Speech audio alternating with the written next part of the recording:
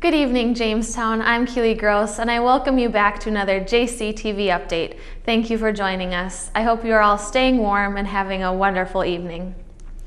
On campus, actors are tying up all the loose ends as they get ready to showcase what they have been preparing for over a month now.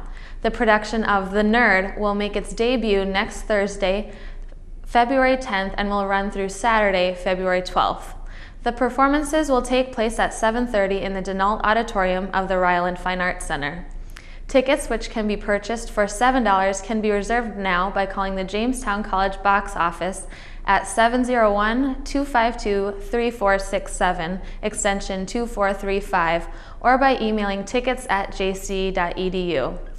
This play, written by comedic writer Larry Shue, revolves around the landlord and aspiring architect Willem. Things are carrying on normally for Willem until he has a visit from his past.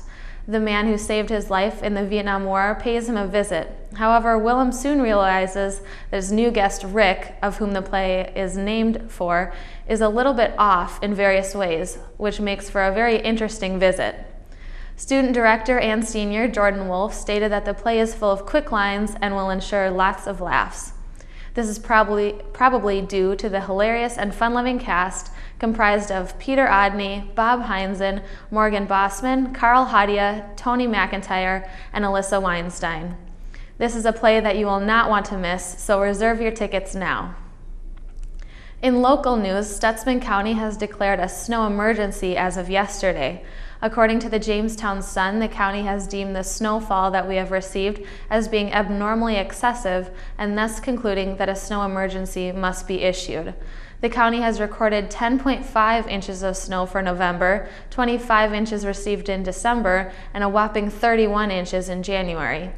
This, along with predictions of an early spring on the way, may mean that we are in for excessive flooding. Many precautions in many parts of North Dakota are already being taken.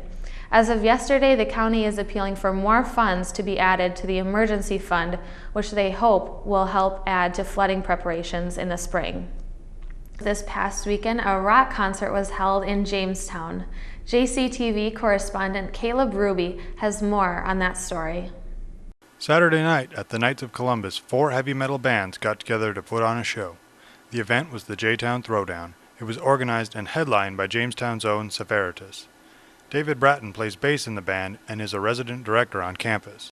We started jamming in high school, and then we took a little 7-year hiatus because 2 of us joined the Army, and then we got out of the Army and came back and started jamming again. Bratton said the idea for the event came after a failed show. We did a show in Bismarck. There's a bunch of other bands there, and that was going to be our first show together since high school, so we were all stoked about it. We went there and we thought it was going to be huge, and like 10 people showed up because the guy who put the show together just didn't know what he was doing. He didn't advertise it, he didn't promote it well. It was just the most unprofessional show ever. Bratton said they hope to make this an annual event. Reporting for JCTV Channel 16 in Jamestown, I'm Caleb Ruby. Here's a look at your 5-day extended weather forecast.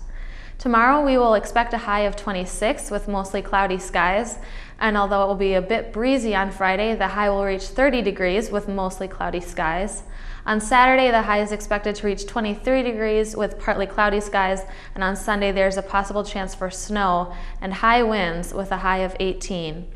And finally, starting off next week will be a bit chilly with a high of 3 degrees and a low of -9 with partly cloudy skies. In news for sports last night, the women's JV basketball team battled hard against Northern State University, but were unable to clinch a victory. The game that took place here at home ended up with a final score of Northern 83 to Jimmy's 53. However, the Jimmies will have a chance to redeem themselves tomorrow night when they hit the road and head to Wahpeton to take on North Dakota State College of Science at 6 o'clock. The men's JV team will then follow up with the game at 8 o'clock. Also competing tomorrow night is the men's wrestling team, who will be hosting Minot State here in the Hanson at 7. And on Friday, the men and women's basketball teams will be hosting Black Hills State at their annual Family Fun Night. The women will begin play at 5:30 and the men will follow at 7:30. The Jimmy track and field team will also be competing on Friday. However, they will have to hit the road They will be heading to Fargo to the Bison Open Pentathlon and Heptathlon. And finally, on Friday, the women's wrestling team will continue in action after a very successful run at the Nationals tournament this past weekend. They will again hit the road, but only travel as far as Colorado this time. The Jimmies will be competing in the Dave Schultz Classic in Colorado Springs.